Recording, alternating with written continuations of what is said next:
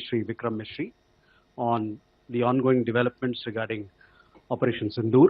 We also have with us Colonel Sophia Qureshi and Wing Commander Vyomika Singh for this briefing. With that, I hand over the floor to Foreign Secretary. Sir. Thank you, Ranveer. Good evening. Thank you all for joining for this briefing.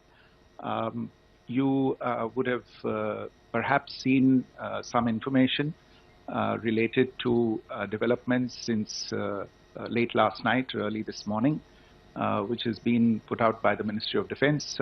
Just in case it has been missed, I will request Colonel Sophia Qureshi and Wing Commander Vyomika Singh to just update you and fill you in on the details. Thank you, sir.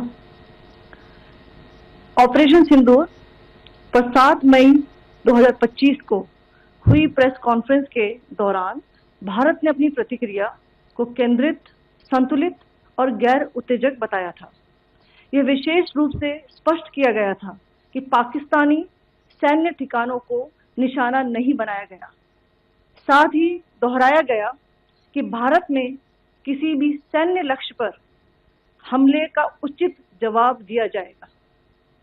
7 से 8 मई 2025 की रात को पाकिस्तान ने उत्तरी और पश्चिमी भारत में स्थित कई सैन्य ठिकानों को, जैसे कि अवंतीपुरा, श्रीनगर, जम्मू, पठानकोट, अमृतसर, कपूरथला, जालंधर, लुधियाना, आदमपुर, भटिंडा, चंडीगढ़, नाल, फलौदी, उत्तरलाई और भुज पर ड्रोन और मिसाइलों से हमला करने का प्रयास किया। इन हमलों को इंटीग्रेटेड काउंटर यूएस ग्रिड और वायु रक्षा प्रणालियों द्वारा निष्क्रिय कर दिया गया। इन हमलों का मलबा कई स्थानों से बरामद हुआ, जो कि पाकिस्तानी हमलों का प्रमाण है। On the night of 7th May 2025, Pakistan attempted to engage a number of military targets in northern and western India using drones and missiles. These places included Avantipura, Srinagar, Jammu, Pathankot, Amritsar, Kapurthala, Nal, Jalandhar, Ludhiana, Adampur, Bhatinda, Chandigarh, Falodi, Uttarlai and Bhuj. These were neutralized by the integrated counter unmanned aerial system and other air defense systems. The debris of these attacks is now being recovered from a number of locations that prove the Pakistani attacks. आज सुबह भारतीय सशस्त्र बलों ने पाकिस्तान के कई स्थानों पर वायु रक्षा रडार और प्रणालियों को निशाना बनाया। भारत की प्रतिक्रिया समान क्षेत्र में समान तीव्रता के साथ की गई। यह विश्वसनीय रूप से ज्ञात हुआ कि लाहौर में स्थित एक वायु रक्षा प्रणाली को निष्क्रिय कर दिया गया। Today morning, Indian Armed Forces targeted air defense radars and systems at a number of locations in Pakistan. Indian response has been in the same domain with the same intensity as Pakistan. It has been reliably learned that an air defense system at Lahore has been neutralized. Pakistan ने नियंत्रण रेखा पर आकरण गोलीबारी की तीव्रता बढ़ा दी है, जिसमें कुपवाड़ा, बारामूला, उरी, पुंछ, मेंढर और राजौरी क्षेत्रों में मोर्टार और भारी तोपखाने का इस्तेमाल किया जा रहा है। Pakistan has increased the intensity of its unprovoked firing across the line of control using mortar and heavy calibre artilleries in areas in Kupwara, Baramulla, Uri, Poonch, Mendhar and Rajouri sectors in Jammu and Kashmir. 16 innocent lives have been lost, including 3 women and 5 children, due to the Pakistani firing. Here too, India was compelled to respond to bring mortar and artillery fire from Pakistan to a halt. Indian Armed Forces reiterate their commitment to non-escalation, provided it is respected by the Pakistan military. Jai Hind.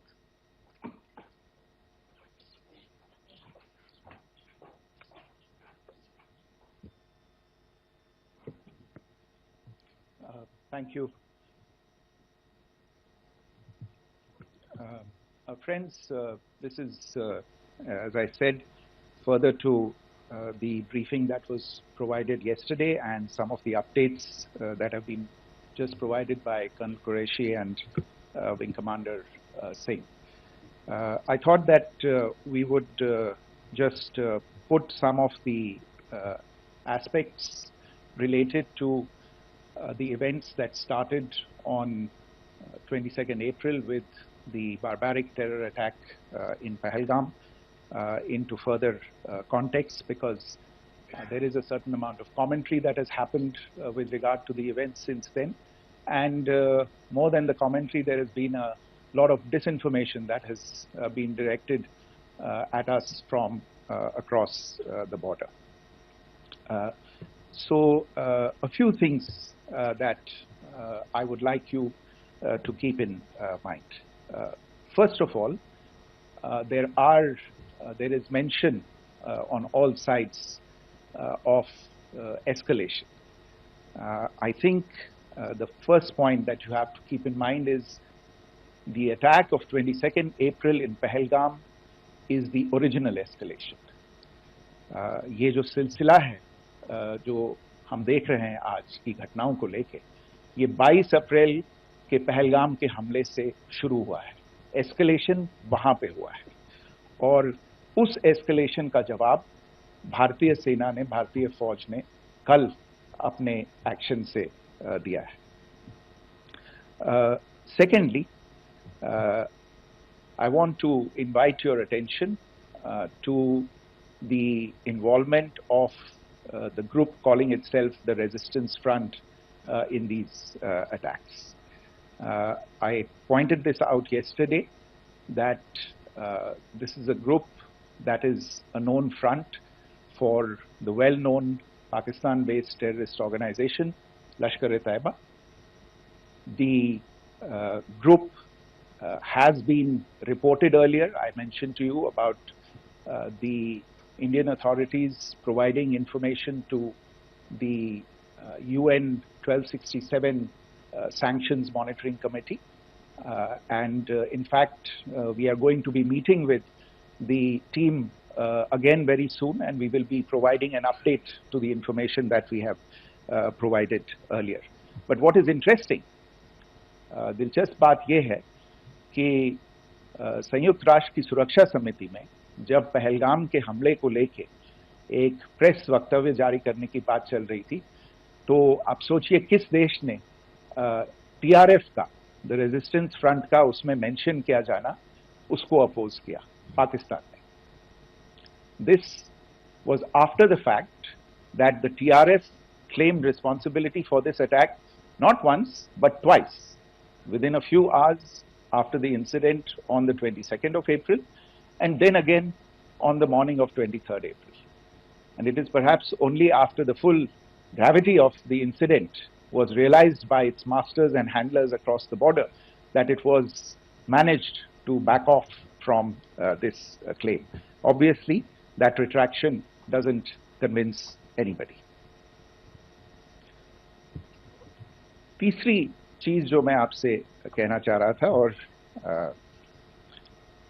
Colonel Qureshi और wing commander Singh ने कल भी बड़े स्पष्ट शब्दों में और आज भी आपसे ये बात साझा की है. जो भारतीय रिस्पॉन्स है वो नॉन एस्केलेटरी है, प्रिसाइज है, सटीक है, मेजर्ड है और कंसिडर्ड है. Our intention has not been to escalate matters. We are only responding to the original escalation, as I said, and our response has been targeted, precise, controlled and measured.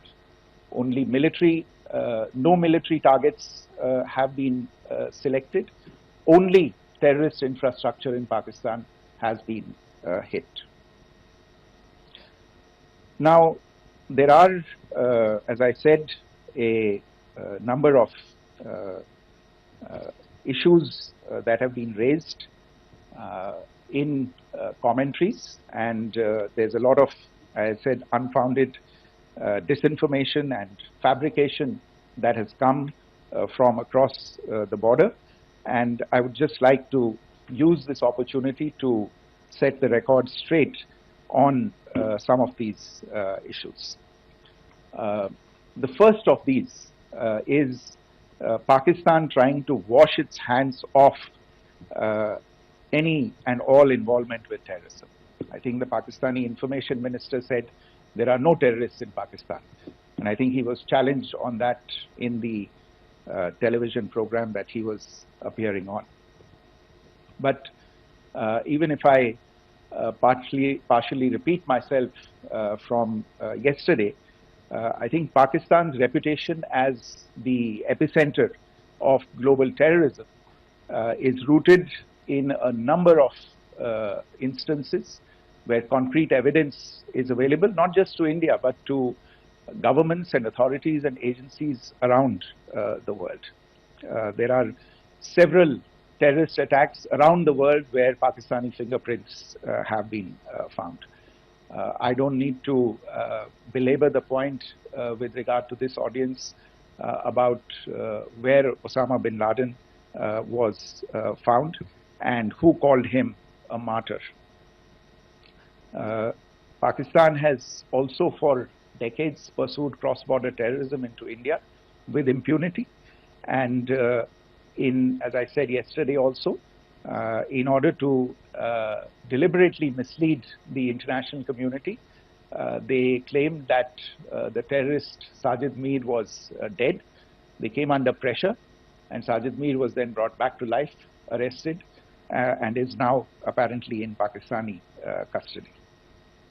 Pakistan is also home to a very large number of UN proscribed as well as UN proscribed terrorists, as well as terrorists proscribed by a number of other governments in the world, including, of course, the Lashkar-e-Taiba and the Jaish-e-Mohammed, as well as their leaders, Masood Azhar and Hafiz Mohammed Saeed. आपने देखा होगा हाल ही में पिछले ही कुछ दिनों में पाकिस्तान के रक्षा मंत्री और उनके पूर्व विदेश मंत्री दोनों ने इस बात को माना है कि पाकिस्तान का ऐसे ग्रुप्स के साथ जो रिश्ता है वो क्या रहा है.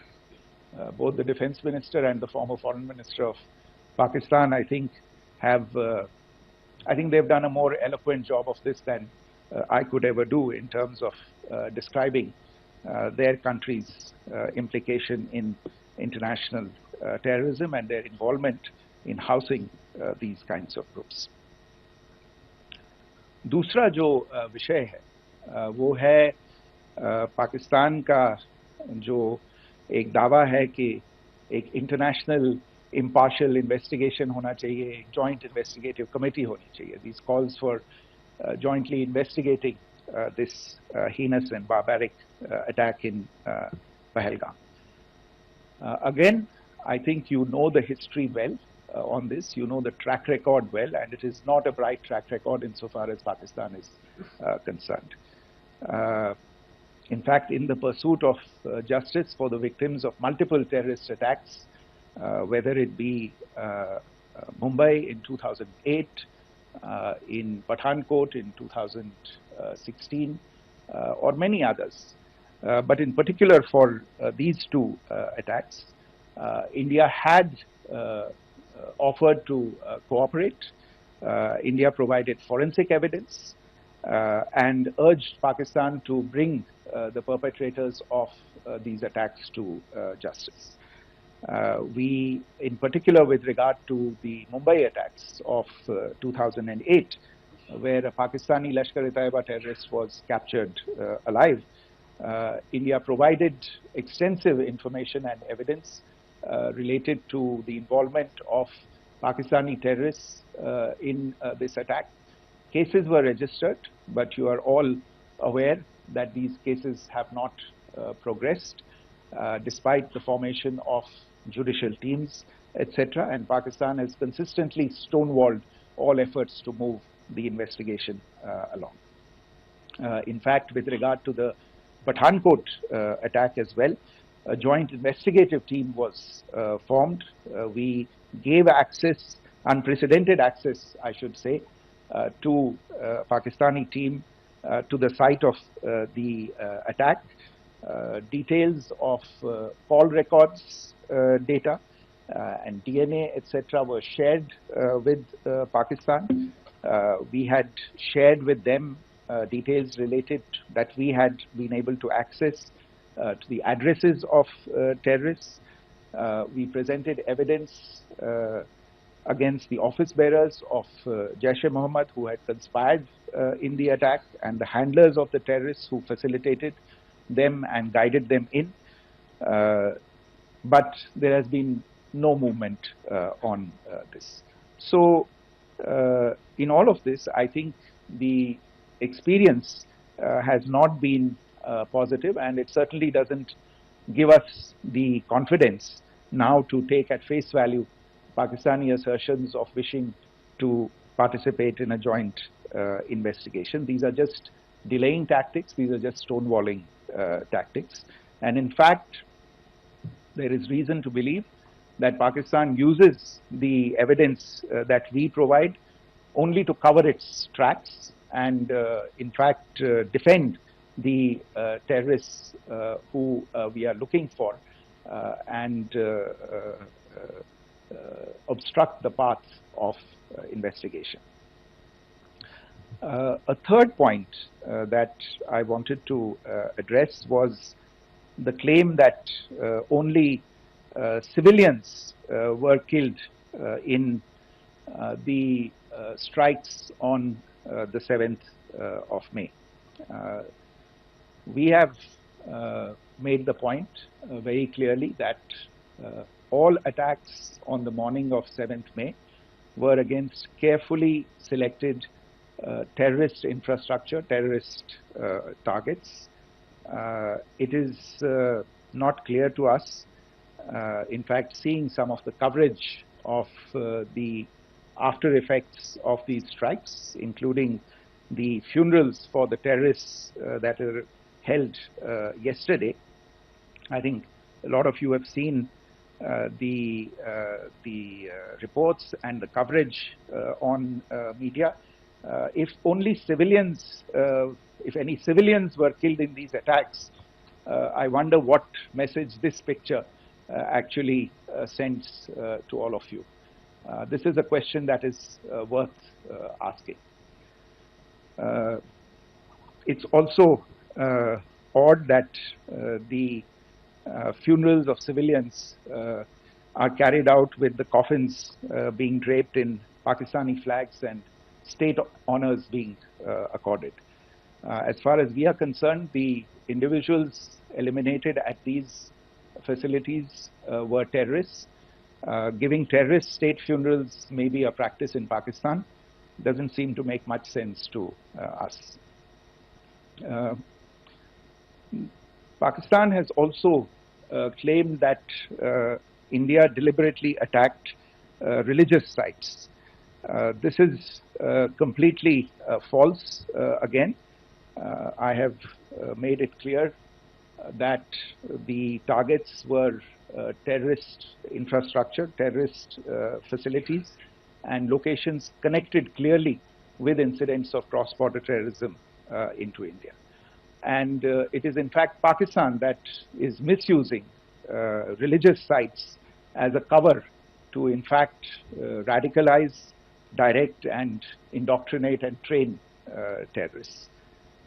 In fact, contrary to what Pakistan is claiming, yesterday Pakistan launched a targeted attack on the Sikh community in the state of Jammu and Kashmir, hitting Gurdwara in Poonch and the homes of Sikh community members which came under attack. And we know that at least 3 individuals were killed in that particular attack. Pakistan is also making attempts to, in fact, just to add to this point, the retaliatory action that Pakistan has taken in fact is impacting civilians. I showed you the picture of the Gurdwara and the Sikh community members who were killed in this. There are other civilians also who've been killed and injured in these attacks. In fact, since yesterday morning, a total of 16 civilians have been killed and 59 others have been injured in the attacks by Pakistan. Not only this, Pakistan is also making attempts as part of its disinformation campaign to paint our action with regard to cross-border terrorism through the communal angle. If that is the issue, then I think I can do no better than to cite or point you in the direction of the Pakistan Army Chief's speech of 16 April 2025. I think that is the last word in communal rhetoric. And in the Pahalgam attack itself, you are aware of the kind of religious profiling that was done there, and perhaps there is a linkage between these two events. I can only say that these nefarious designs will not be allowed to succeed in India. And it is to be noted that people from all faiths, all religions, all regions in India have unequivocally, not just in India but around the world, have condemned these attacks. The Pakistani claims of now responding to India's strikes of the 7th of May. As I said right at the outset, it is India which is responding. The original escalation was by Pakistan on the 22nd of April. We are the ones who are responding to that escalation with the action that was taken yesterday morning. And again, I would like to emphasize that the action was restrained. It was directed towards non-civilian, non-military targets and confined to terrorist camps. And again, as we have been saying since yesterday, any further action by Pakistan, some of which we are seeing today, is nothing but escalation by Pakistan now once again, and will be responded to and is being responded to appropriately. One point that I wanted to also address was the allegations to the targeting of a dam, the Neelam Jhelum project in Pakistan-occupied Kashmir. I want to say that this is an absolute and complete fabrication and a blatant lie. India has targeted only and only terrorist infrastructure, and the details of that terrorist infrastructure, together with the locations, were shared with you yesterday by Colonel Qureshi and Wing Commander Singh. I should note that if this kind of a claim is a pretext for targeting Indian infrastructure of a similar nature, Pakistan will be entirely responsible for the consequences that will undoubtedly follow. Finally, I want to address some issues that have been raised related to the Indus Waters Treaty and the disinformation that has been raised in regard to that as well. The fact is that there have been fundamental changes in the circumstances in which the Indus Waters Treaty was concluded, and they call for a reassessment of the obligations under the treaty. Over the last year and a half to 2 years, India has been in communication with the government of Pakistan. We've sent several notices to them requesting for negotiations to discuss modification of the treaty. India has for 6+ decades now honored the treaty, even during periods when Pakistan imposed multiple wars on us, and even when relations were adversarial. Pakistan is the one that has been acting in violation of the treaty, deliberately creating legal roadblocks in India exercising its legitimate rights on the Western rivers. Any projects that India sought to build on the Eastern rivers, and even on the Western rivers, which we are allowed to by the treaty, were always challenged by Pakistan, thereby hampering our rights to utilize our legitimate waters under the treaty. In fact, if you see the preamble of the treaty itself states that the treaty was concluded in a spirit of goodwill and friendship. Mark those words, concluded in a spirit of goodwill and friendship. ये भारत का धैर्य और भारत की सहनशीलता है जो 65 साल से हम इतनी प्रोवोकेशन के बावजूद इस ट्रीटी को निभा रहे हैं. However, as has been made clear earlier as well, Pakistan has not responded to our requests to enter into negotiations for a reassessment of the obligations under the treaty. A number of conditions have changed.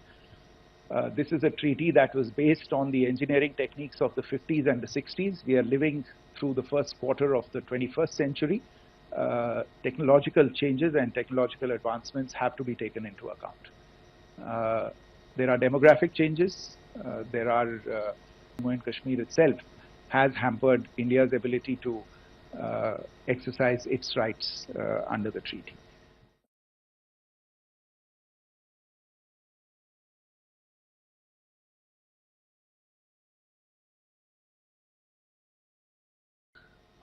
Good evening, ladies and gentlemen. I welcome you to this briefing by Foreign Secretary Shri Vikram Misri on the ongoing developments regarding Operation Sindoor. We also have with us Colonel Sophia Qureshi and Wing Commander Vyomika Singh for this briefing. With that, I hand over the floor to Foreign Secretary. Sir. Thank you, Ranveer. Good evening. Thank you all for joining for this briefing. You would have perhaps seen some information related to developments since late last night, early this morning, which has been put out by the Ministry of Defense. Just in case it has been missed, I will request Colonel Sophia Qureshi and Wing Commander Vyomika Singh to just update you and fill you in on the details. Thank you, sir. Operation Sindoor पर 7 मई 2025 को हुई press conference के